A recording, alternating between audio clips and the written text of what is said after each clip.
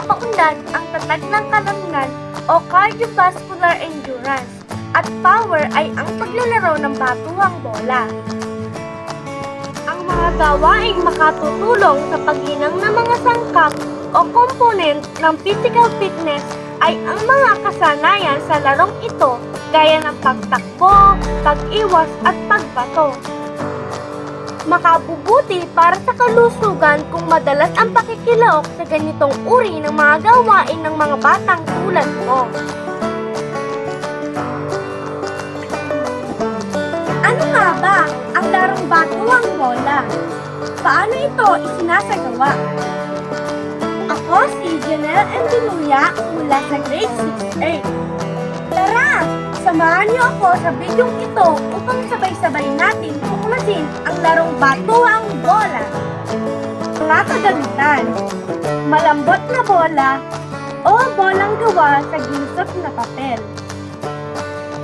Ang batuhang bola ay maaaring laruin sa parke, sa gym, o kahit sa inyong bakuran.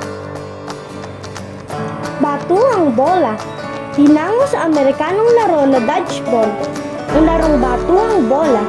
Ito ay binubuo ng dalawang grupo kung saan ang isa ang tagataya, samantalang ang isa ay taga-iwas o target ng bolang ibabato ng mga tagataya. Nasa loob ng parihabang palaruan ang mga taga-iwas o target, habang ang mga tagataya naman ay nakahati sa magkabilang dulo ng palaruan. Ang layunin ay mataya lahat ng mga target at pag nangyari ito, magpapalit ng tungkulin ang dalawang grupo. Paraan ng paglalaro. Una, magtalaga ng dalawang pwesto na may kalayuan sa isa't isa para sa pinaghating grupo ng mga taya. Magmanuan ang leader ng dalawang grupo upang malaman kung sino ang taya at target o taga-iwas. Pangalawa, ang grupo ng target o taga-iwas ang tatayong lahat sa gitna ng palaruan, samantalang ang grupo ng taya ay maghahati para maging tagabato sa taga-iwas. Pangatlo, ang bawat tamaan ng bola ay out na, ngunit maaaring makabalik muli kung maakasalo ng bola ang kahit sino sa inyong kagrupo. Pang-apat, kung isa na lang ang natitira, ay kailangan tamaan siya ng bola sa loob ng 3 hanggang 5 pagbato upang makapagpalit ng posisyon ang dalawang pangkat.